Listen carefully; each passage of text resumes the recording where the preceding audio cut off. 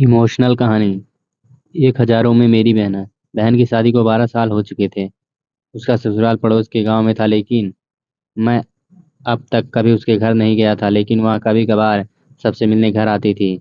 एक दिन मेरी पत्नी ने मुझसे कहा कि तुम्हारी बहन जब भी आती है तो उसके बच्चे पूरे घर पर कब्जा कर लेते हैं और बहुत परेशान करते हैं। पूरे घर का सामान फैला देते हैं।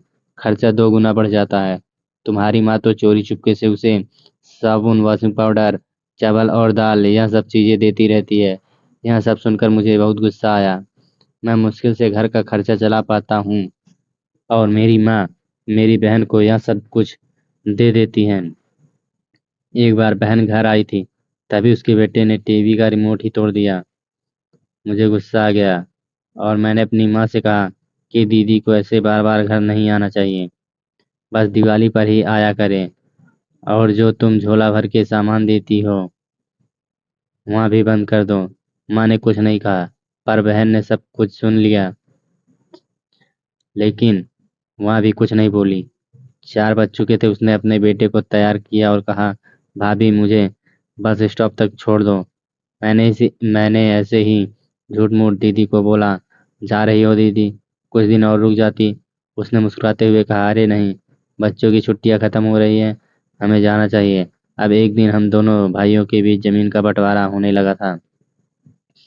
तभी दीदी भी आई थी, लेकिन मैंने उनसे सीधे कह दिया कि मैं अपने हिस्से से कुछ नहीं दूंगा। माँ ने कहा कि बेटी का भी अधिकार होता है, लेकिन मैंने उसे चिल्लाकर कहा कि मैं उससे कुछ नहीं दूंगा। दीदी सामने बैठी थी, पर कुछ नहीं बोल रही थी। अलग होने के कुछ दिन बाद मेरे बड़े बेटे को टीबी की बीमारी हो गई। मेरे पास उसके इलाज के लिए बिल्कुल पैसे नहीं थे। मैं बहुत तनाव में था। ऐसे ही एक दिन मेरी बहन घर आई और मेरे पास बैठ गई।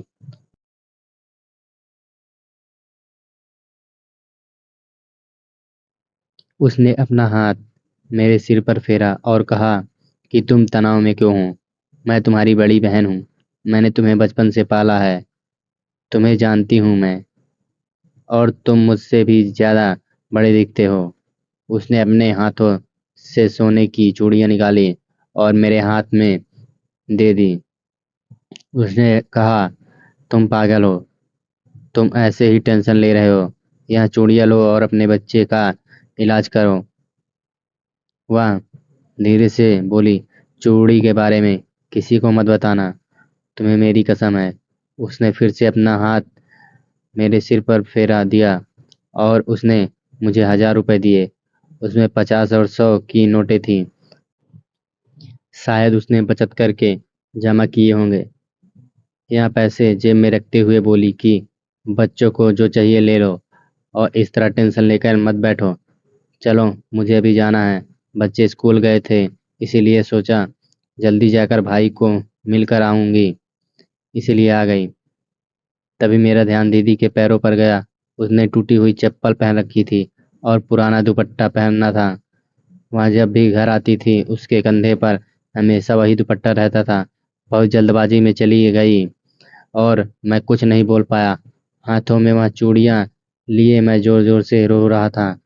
हम भाई कितने स्वार्थी होते हैं ना। वीडियो पसंद आया तो लाइक कमेंट शेयर करें, और ऐसी ही कहानी के लिए मेरे चैनल मेगा स्टोरी 69 को सब्सक्राइब करें। धन्यवाद।